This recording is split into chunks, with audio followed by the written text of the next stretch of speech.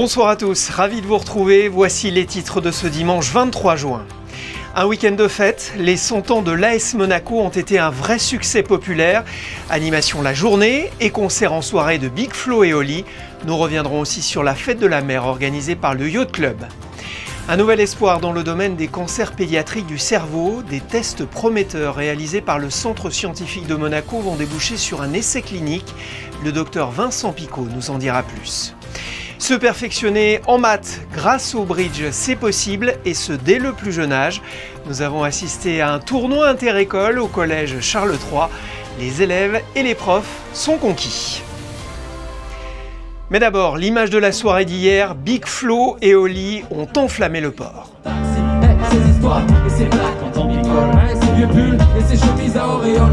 Vous le voyez, du monde, beaucoup de monde pour chanter, danser et fêter les 100 ans de l'AS Monaco Omnisport. Un peu plus tôt, à quelques mètres de là, le public très nombreux a pu assister à des démonstrations, tester des sports et côtoyer des champions, notamment Yacouba Ouattara.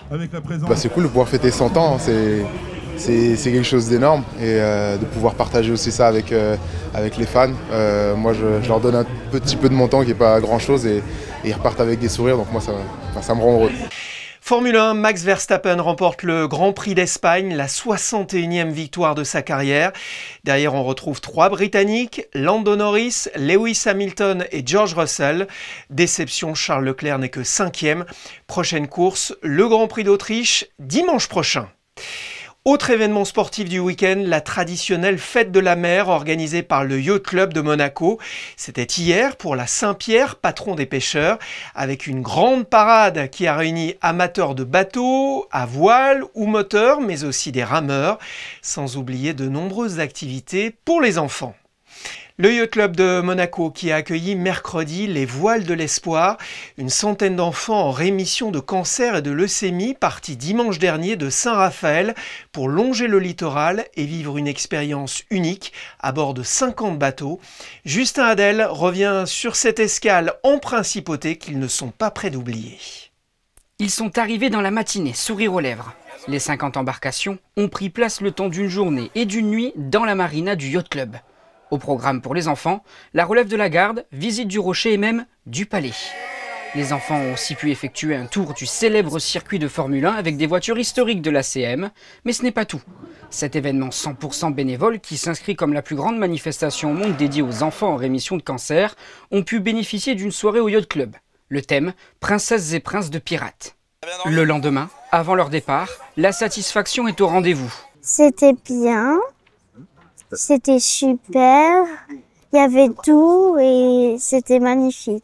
Et c'est vraiment une expérience que je pense que j'aurais pas pu vivre, surtout qu'on est allé dans le palais du prince Albert II. J'ai ramené plein de souvenirs incroyables et des souvenirs inoubliables. Après 24 heures d'exception, la flotte a de nouveau pris le large direction Golfe Juan. Samedi, la 12e édition des voiles d'espoir touchait à sa fin. Du nouveau dans le domaine des cancers pédiatriques du cerveau, un essai clinique sera bientôt réalisé après des résultats encourageants en laboratoire et sur des jeunes gravement malades. Test mené par le Centre scientifique de Monaco et financé par la Fondation Flavien. Le docteur Vincent Picot était l'invité cette semaine de Fabien Bonilla. Bonsoir.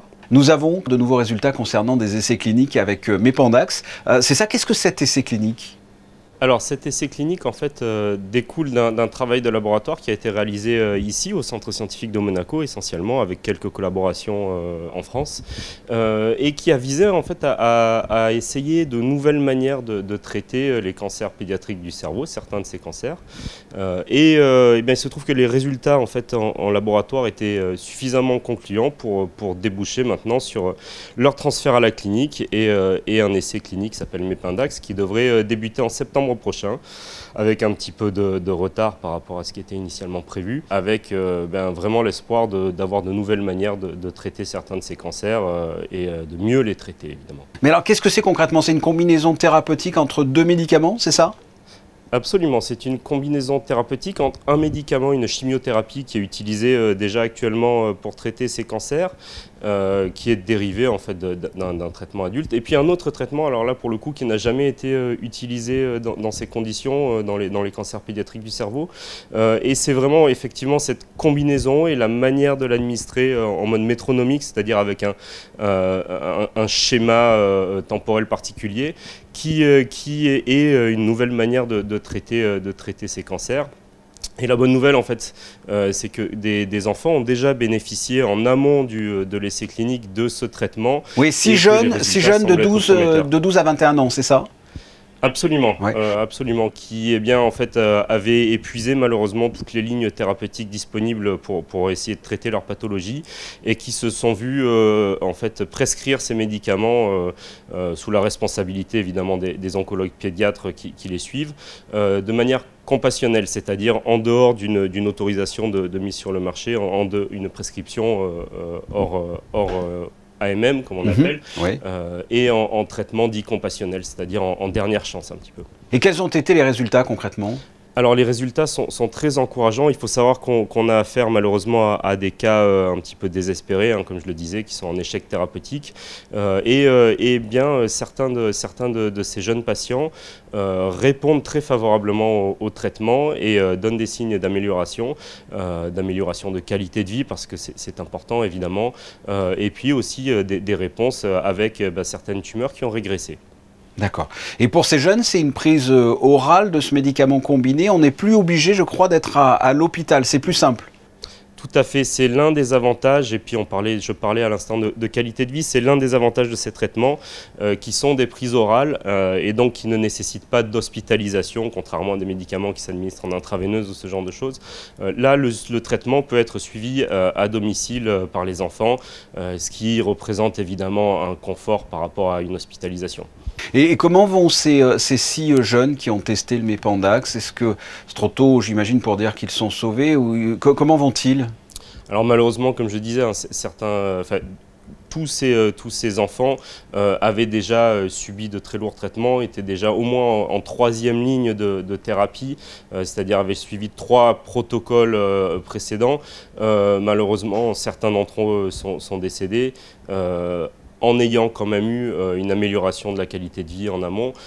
Et puis oui, l'un d'entre eux est encore en vie et présente vraiment une réponse très favorable au traitement. Et les autres sont encore malades. On ne peut pas parler de guérison évidemment, puisque bon, on a affaire à des cas malheureusement particulièrement lourds, mais on a quand même un espoir d'avoir une réponse objective et une amélioration en fait de la prise en charge par rapport à ce qui se fait jusqu'à maintenant. Et comment êtes-vous arrivé à ces résultats au Centre scientifique de Monaco? Comment avez-vous créé le Mépandax entre guillemets? D'une part, pour la partie qu'on appelle préclinique qui s'est passée ici au laboratoire, au centre scientifique, on est parti de ce qu'on savait faire précédemment sur les cancers adultes. Le laboratoire avait une très grande expérience dans les traitements anti-angiogéniques et puis on a appliqué ces traitements au cancer pédiatrique. Et la petite chose en plus, c'est qu'effectivement, on a combiné ce traitement dit anti-angiogénique, donc qui vise à empêcher la vascularisation des tumeurs pour les étouffer, entre guillemets. On a combiné ça à une chimiothérapie de référence, et en fait, c'est vraiment la combinaison des deux et le mode d'administration métronomique qui a donné des résultats vraiment intéressants. Pour finir, j'imagine que quand vous avez vu que vous obteniez des résultats, vous avez eu une pensée pour Denis Macariot, le président de la Fondation Flavien, qui finance notamment le CSM, et son fils Flavien, qui n'est plus là pour voir ses avancées. Et effectivement, tout ce travail en fait est d'abord issu de l'interaction entre le centre scientifique et la Fondation Flavien, puisque l'impulsion initiale pour que les scientifiques, les chercheurs que nous sommes se dirigent vers les cancers pédiatriques a été donnée par Denis Macariot, par la Fondation Flavien, et évidemment un soutien énorme au fil des ans, d'une part au laboratoire, et puis maintenant sur cet essai clinique à venir, puisque l'essai clinique a été financé par un consortium assez inédit qui implique des institutions monégasques et françaises, pour les citer le gouvernement princier, qui a mis la main à la poche entre guillemets pour financer cet essai, en partenariat avec la région sud en France, et puis aussi des associations, des privés, évidemment la première de toutes, la Fondation Flavien, mais aussi d'autres donateurs divers et variés qu'on ne peut pas mentionner tous ici, mais qui ont vraiment propulsé cet essai clinique et qui permettent d'apporter l'espoir, encore une fois, d'avoir un nouveau traitement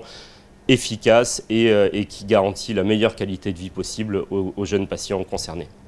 Oui, la suite, donc, un essai Mépandax sur 36 jeunes sur une période de 3 ans. Vincent Picot, merci d'avoir répondu à mes questions. Merci à vous, bonne soirée. La 7e édition du Monaco Ocean Protection Challenge, concours qui permet à de jeunes entrepreneurs et étudiants de présenter un projet de start-up ou d'organisation en faveur de la préservation des océans. La remise des prix s'est déroulée mercredi au musée océanographique. Le reportage de Théo Schumer et Thomas Deus. Ils sont 6 groupes à avoir été retenus en finale parmi les 40 qui ont concouru. Ils n'ont pas tous la même nationalité et ils ne viennent pas nécessairement de la même université, mais partagent la même passion pour l'entrepreneuriat et surtout la protection de l'environnement. Alors ce Monaco Ocean Protection Challenge les a rassemblés. Ce challenge au départ fait partie d'une ambition commune de 3 organisations différentes. L'International University of Monaco, Monaco Impact qui est un réseau d'entrepreneurs et d'investisseurs et l'Institut océanographique de Monaco. Nous avons été rejoints il y a 2 ans par la Fondation Albert II de Monaco. Et nous partageons la même ambition en fait, c'est de créer cette dynamique pour faire prendre conscience auprès des jeunes générations des dangers de l'océan. Et comme nous sommes une business school, ça nous a semblé naturel de le faire au travers d'une compétition de création d'entreprise. Un challenge pour le moins hors norme puisque les participants ont été soumis à toute une phase de sélection pour leur projet. Bref, ce concours international rassemble des perles rares. L'idée c'est vraiment d'aller vraiment à la rencontre de ces personnes-là, de ces étudiants et de ces porteurs de start-up pour vraiment créer cet esprit aussi qu'on aime dans le MOPC, c'est-à-dire c'est pas seulement une compétition, c'est aussi une opportunité d'apprendre, une opportunité de venir se challenger. Ces 3 filles, par exemple, ont été retenues en finale pour leur projet qu'elles ont appelé Reef Life, comprenez la vie des récifs, un jeu interactif sous forme d'application mobile destiné à sensibiliser les jeunes générations à la préservation des récifs coralliens. On voudrait compacter tout l'apprentissage que peuvent avoir les élèves au collège ou au lycée en une après-midi. Donc une formation dans laquelle c'est une sorte de simulation où chaque groupe d'élèves est responsable d'un ensemble de coraux et ils doivent s'en occuper et toutes les, disons 30 minutes, les paramètres changent dans le jeu. Et donc ils doivent réfléchir en groupe, quelles solutions est-ce qu'ils peuvent trouver, mettre les solutions dans le groupe, voir l'impact que ça a sur leur jeu. Nous on souhaite ajouter en plus un aspect éducatif avec l'apprentissage de vraiment qu'est-ce qu'un corail, quels sont les enjeux et comment on peut les protéger. Après les remerciements et félicitations de son Altesse Sérénissime le Prince Albert II, les lauréats sont enfin dévoilés. 3 prix sont distribués, l'un pour le groupe gagnant de la catégorie étudiant, l'un pour la catégorie start-up et enfin un prix coup de cœur. Tous ont reçu des chèques et cadeaux de la part des sponsors du Monaco Ocean Protection Challenge pour les soutenir dans leur projet. Souvent perçu comme une discipline réservée aux seniors, le bridge peut aussi séduire les plus jeunes. Il permet notamment de faire des maths tout en s'amusant, ce qui est loin d'être gagné. La preuve en images avec ce tournoi interétablissement organisé cette semaine au collège Charles III. Yannick Debever, Olivier Bonello. Le bridge à Monaco, c'est toute une tradition. En témoigne ce tournoi interétablissement scolaire. L'an passé, la Fédération monégasque de bridge s'était rapprochée de la direction de l'éducation nationale de la jeunesse et des sports pour former des professeurs de mathématiques aux règles du bridge et l'intégrer dans leurs cours. Et on s'est rendu compte depuis de nombreuses années que l'apprentissage du bridge dans le milieu scolaire, c'est un complément éducatif aux maths, complémentaire aux maths, très ludique. Ça leur permet de calculer mentalement, de réfléchir à ce qu'ils peuvent faire, de faire un plan d'action et de mener à bien ce plan d'action. Que ce soit sur les heures de classe ou bien lors du temps périscolaire, le rôle des professeurs était d'initier les enfants à cette nouvelle réflexion. L'école Saint-Charles, le collège Charles III et l'institution FANB ont tout de suite emboîté le pas. On a dans le programme pas mal de petits chapitres qui viennent se greffer au bridge, tout ce qui est statistique, probabilité. Donc tout ça, ça nous aide pas mal. Et puis calcul mental. Donc pour nous en mathématiques, c'est quand même quelque chose de très sympa. et qui apporte quelque chose en plus, de ludique, parce que c'est toujours sur la notion du jeu. Donc les enfants adhèrent pas mal. Au calcul mental, ça m'aide à réfléchir vraiment rapidement, parce qu'on a un temps limité. Là au national, on avait comme 7 minutes à jouer une partie et il faut aussi réfléchir parce que d'habitude tu fais aussi des enchères, tu dois compter des points, tu dois regarder si tu dois être optimiste ou faire le plus petit résultat. Tu dois aussi connaître les points, combien de points tu as à la fin pour savoir est-ce que je dois plutôt essayer de faire plus ou moins. Cette initiative rentre dans le programme de ludification de l'enseignement désiré par la DENJS. Moi, je me souviens de mon temps, ça remonte à 50 ans, on apprenait tout par cœur, ça n'a aucun intérêt. Aujourd'hui, on a des tas de possibilités pour prendre les informations dans des livres ou dans toutes les applications modernes que nous avons sur Internet.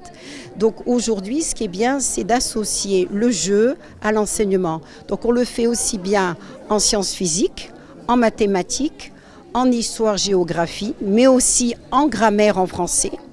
Et on le fait aussi pour l'apprentissage des langues. Donc il faut ancrer, et c'est là que c'est très important le numérique, c'est que là aussi ça permet aux élèves d'apprendre autrement. Ce tournoi aura réuni au collège Charles III 60 élèves du CM2 à la 3e. Un fort succès qui encourage le gouvernement à pousser encore plus loin la modernisation de l'enseignement. Vous connaissez la recette? Chaque année, le Festival des Étoilés propose des dîners à 4 mains concoctés par 2 grands chefs, dont un de la Principauté. Ce week-end, Dominique Laurie a convié Johan Comte, chef doublement étoilé à Annecy. Un reportage de Juliette Rappert et Alexandra Marangoni. C'est un rendez-vous incontournable pour les amateurs de la haute gastronomie. Le Festival des Étoilés a pris place ce week-end au restaurant Le Grill. Dominique Laurie a convié Johan Comte, chef et propriétaire du restaurant gastronomique La Table, doublement étoilé. 2 personnalités aussi extraordinaires que perfectionnistes, accordant une attention toute particulière à leurs convives. Un mot d'ordre, le partage. Johan est très organisé parce que quand j'ai été manger chez lui, il avait déjà prévu beaucoup de plats. Qui voyait qu'on était capable de faire pour le restaurant. On a regardé ce qui allait aussi dans l'ADN du grill, avec des produits un peu de la Méditerranée, avec aussi comme le homard qui est cuit sur la grillade avec du genévrier. Ici on a du genévrier.